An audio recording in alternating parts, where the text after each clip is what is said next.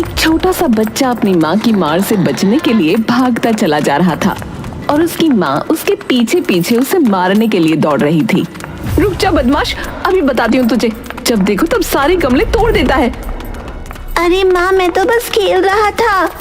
ऐसा कौन सा खेल होता है जिसमें तू सारे गमले तोड़ता फिरता है? अच्छा माँ, इस बार मुझे माफ कर दो, अब नहीं करूँगा। नहीं, इस बार तू बचेगा नहीं। बच्चा आगे आगे भाग रहा था और माँ पीछे पीछे दौड़ लगा रही थी। तभी अचानक सामने कुआं आ गया। बच्चे की नजर उस कुएं पर नहीं पड़ी और वो भागते हुए जाकर उसमें गिर पड़ा। कुआं पानी से भरा हुआ था और बच्चा उसमें डूबने लगा। माँ बचाओ, माँ बचाओ, माँ। हाय, मेरा बच्चा कुएं में गिर गया। कोई तो बचाओ, अरे कोई तो मदद करो, बचाओ।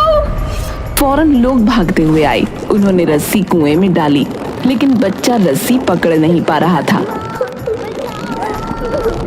तभी उसी पल वहां एक आदमी आया जिसके पास एक तोता था। उस आदमी ने तोते से कहा, तोते, इस बच्चे को बचाओ। उसका बस इतना कहना था और तोते के मुंह से एक लंबी रस्सी निकली और जाकर बच्चे की कमर में लिपट गई और वो रस्सी बच्चे को बाहर खींच लाई और लाकर सीधा उसकी माँ की गोद में रख दिया। हाय, मेरा बच्चा, तू ठीक तो है ना? अरे अरे, ये तोता तो जादुई है भैया, इसने तो कमाल ही कर दिया। ए भैया, तुम ये जादुई तोता कहाँ से लाए भैया? ए भैया, बताओ ना भैया। अरे हमें तो लगा था कि इनके हाथ की सफाई है, पर ये तो सच्ची में जादू निकला भैया। है कमाल हो गया भैया। गांव वाले तरह तरह के सवाल करते रहे, लेकिन वो आदमी कुछ नहीं बोला। उस आदमी का नाम था गगन, जो 2 दिन पहले ही पालमपुर आया था। पालमपुर गांव अपनी सुंदरता और शांति के लिए पूरे माधवनगर राज्य में प्रसिद्ध था। माधवनगर राज्य का राजा रघुवीर था, जो न्याय प्रिय था लेकिन घमंडी था। 2 दिन पहले पालमपुर में जब बाजार में भीड़ अपनी चरम सीमा पर थी, उसी समय वहां गगन जाने कहां से आ गया। उसके कंधे पर एक तोता बैठा था। भाइयों और बहनों, देखिए इस अलबेले तोते के करतब। ये हर वो काम करता है जो मैं कहता हूँ। तुरंत ही वहां लोग इकट्ठा होने लगे। तोते, उड़ जा।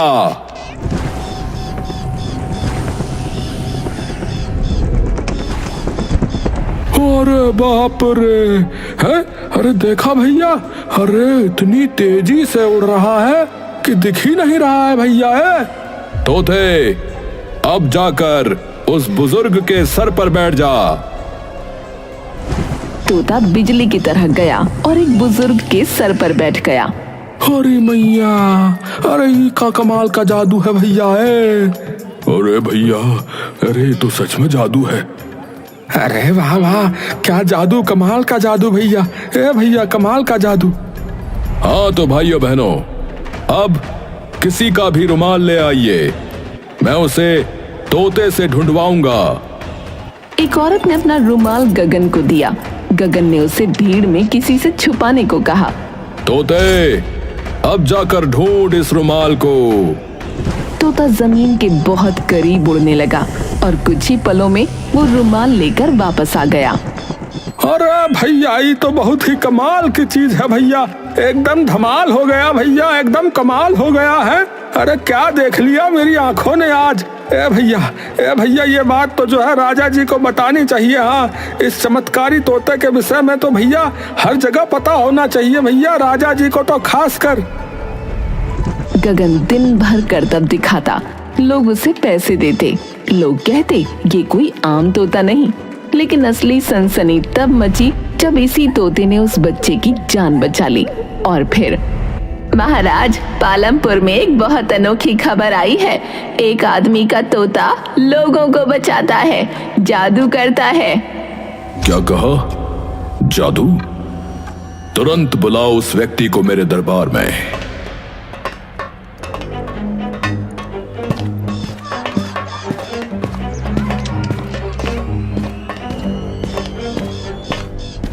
कुछ ही देर बाद गगन दरबार के बीचों बीच खड़ा था।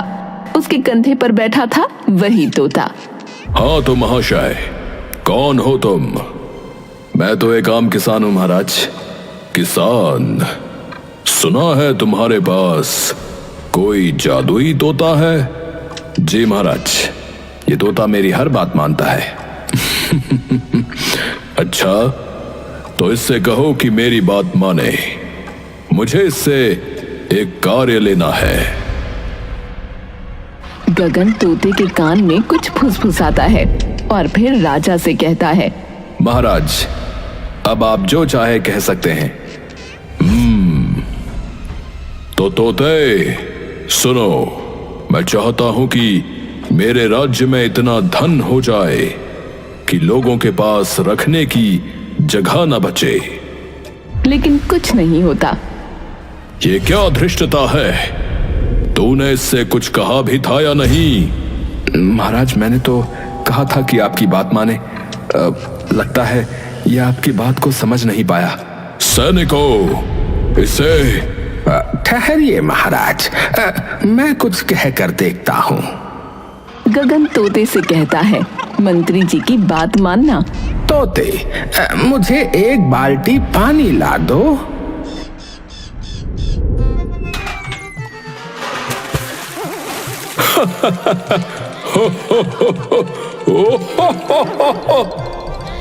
महाराज, लगता है ये तोता भी हास्य रस से भरपूर है। ये क्या बेहूदगी है मंत्री जी? महाराज, इसने वही किया जो मैंने कहा। पानी तो ला दिया, लेकिन कोई बाल्टी इसे पकड़ने को नहीं दी गई थी, तो इसने मेरे ही ऊपर डाल दिया। तो बात ये है कि ये तोता केवल वही करता है जो व्यावहारिक हो। क्षमा चाहूंगा महाराज, पर आपने जो भी मांगा था वो इतना अजीब था कि वो अगर कर देता तो पूरा राज्य तबाह हो जाता महाराज। इसका अर्थ यह है कि ये तोता मात्र जादुई ही नहीं, अपितु बुद्धिमान भी है।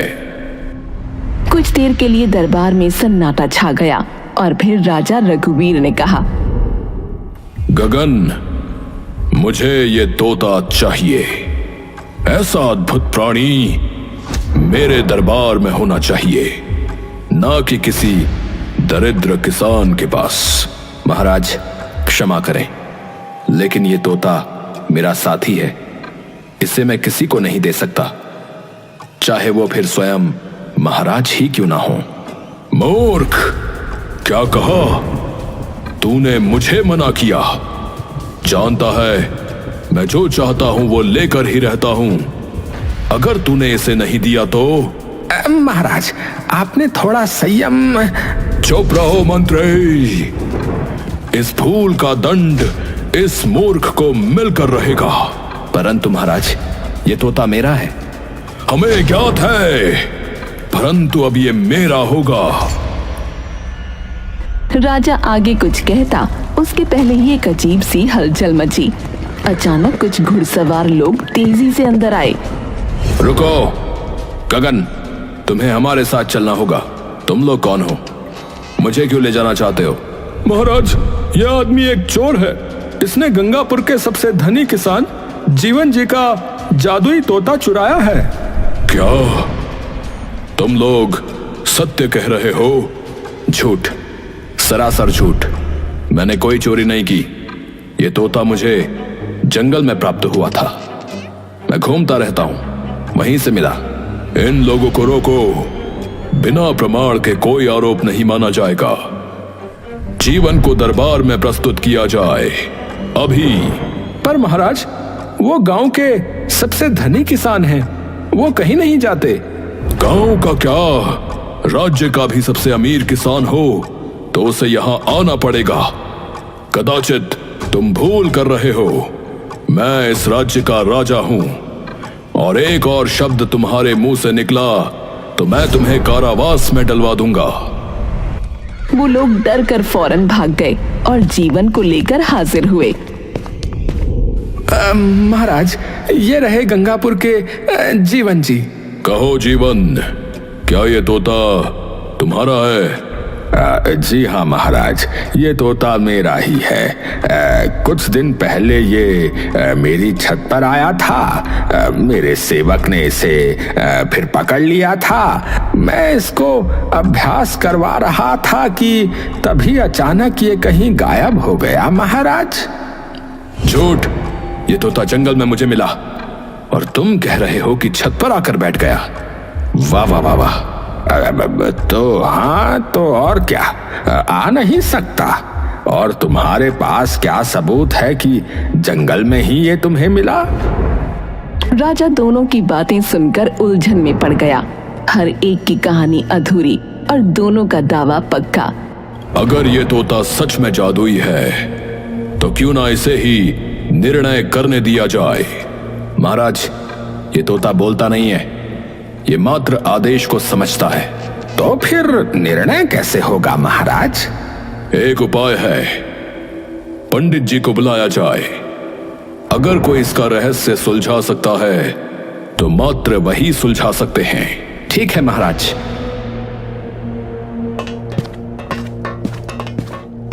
महाराज, आपने बुलाया? प्रणाम पंडित जी।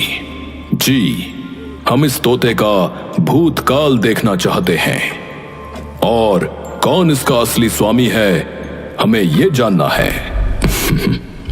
ठीक है महाराज, आप कृपया एक परात, गंगा जल और थोड़ा सा चंदन मंगवाइए।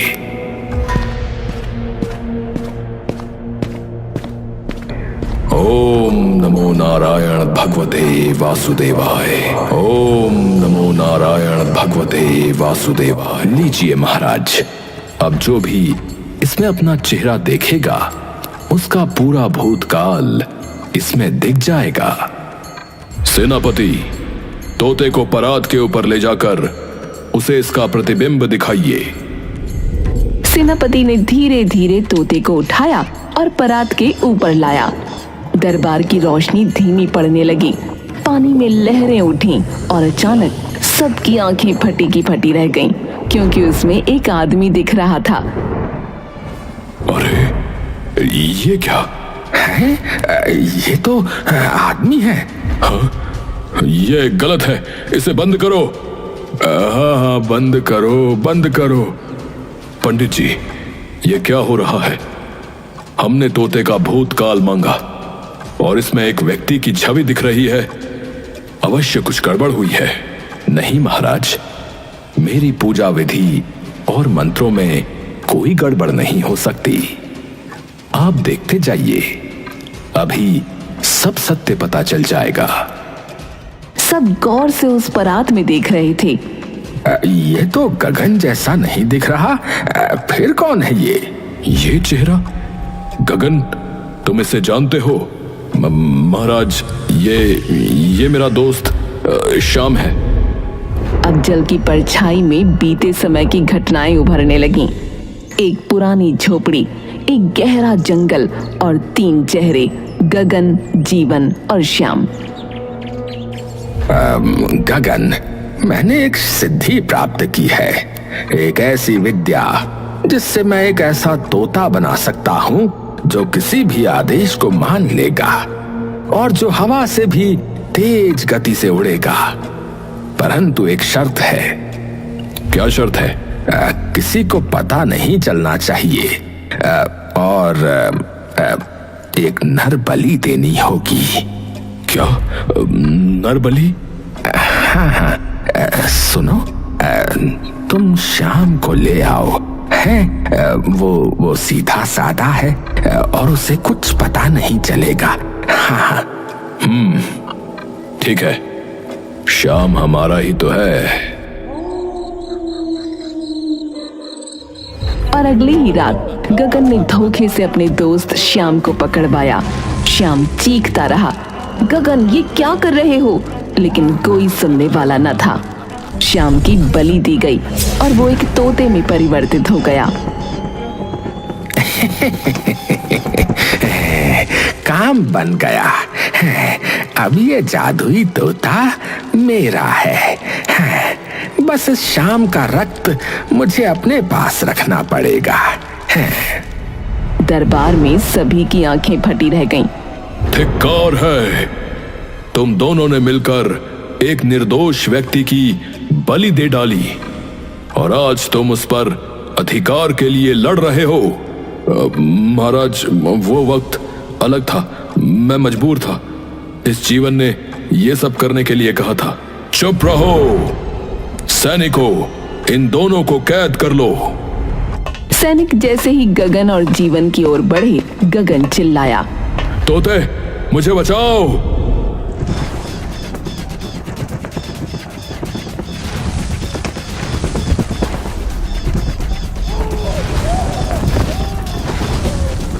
हे भगवान, ये तोता है या गरुड़? अरे अरे भैया भागो। हे भगवान, ये तोता तो गगन के वश में है और जब तक शाम का रक्त इसके पास है तब तक ये गगन के वश में ही रहेगा। कहाँ है वो रक्त? शाम का रक्त एक काली पोटली में बंधा हुआ है, गगन की कमर में है। सारे फसाद की जड़ वही है महाराज। बस, अब बहुत हो चुका। तोते, इन सबको दरबार से बाहर फेंक दो। आज से इस राज्य पर मेरा शासन होगा। तोते ने हवा में चक्कर लगाया, फिर जोर से चीखा और उसी पल एक भयंकर आंधी चली। दरबार के सारे दरवाजे खुल गए और सब उड़कर बाहर जा गिरे। राजा, मंत्री, सेनापति, सभी दरबारी। मैं अब भी राजा हूं। मैं अपना राज्य ऐसे कैसे छोड़ दूं?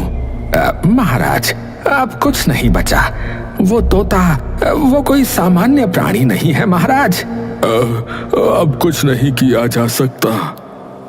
ऐसे कैसे नहीं किया जा सकता? कुछ ना कुछ करना होगा और तुम्हें ही सोचना होगा, क्योंकि ये सब तुम्हारा किया धरा है। और ये मत सोचना कि तुम्हें इसका दंड नहीं मिलेगा। दंड तो तुम्हें मिलकर ही रहेगा। ऐसा है तो हम एक गुप्तचर भेजेंगे जो उस तोते को और शाम के रक्त की पोटली को चुरा लाएगा महाराज। ठीक है। रात में महल के अंधेरे में एक आदमी गगन के कक्ष में प्रवेश करता है। पहले उसने तोते को पकड़ा। तोता सो रहा था, लेकिन जैसे ही वो पोटली की ओर बढ़ा, गगन जाग गया। कौन है? ठहर जा। अच्छा, तो मेरी पोटली चुराने आया है। तुझे अवश्य राजा ने भेजा होगा। रुक तोते, इसे राजा के सामने ले जाकर ऐसी मृत्यु दे कि आने वाले 100 वर्षों तक कोई इस दिशा में देखे भी नहीं।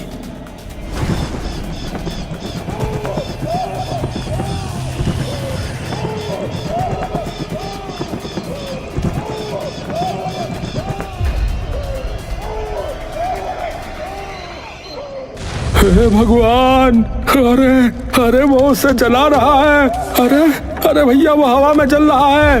हे राम राम राम राम। अरे भैया, कोई तो बचाओ उसे। अरे अरे जल गया भैया। हे भगवान, ये क्या हो रहा है? ये कैसी विपदा आन पड़ी है प्रभु। चीख की एक लंबी आवाज, फिर सब शांत। केवल राख के कण हवा में उड़ते रह गए। सबकी रूह कांप उठी। ये तोता नहीं, ये श्राप है और हमने इस श्राप को जन्म देने वालों को सिर पर बिठा लिया। महाराज, श्राप तोता नहीं, उस गगन का घमंड है। उसके पास चाहे जितना भी बल हो, कोई ना कोई कमजोरी तो अवश्य होगी। महाराज, उसके पास वो यंत्र है जो किसी को भी भस्म कर सकता है। ऐसी स्थिति में उसकी कोई कमजोरी होना संभव नहीं लगता महाराज। हम खुलकर उसका सामना नहीं कर सकते महाराज। हमें पहले ठोस योजना बनानी होगी। उधर गगन अपने महल में अय्याशी कर रहा था। उसने एक सुंदर दासी को देखा और उसकी ओर इशारा करते हुए बोला,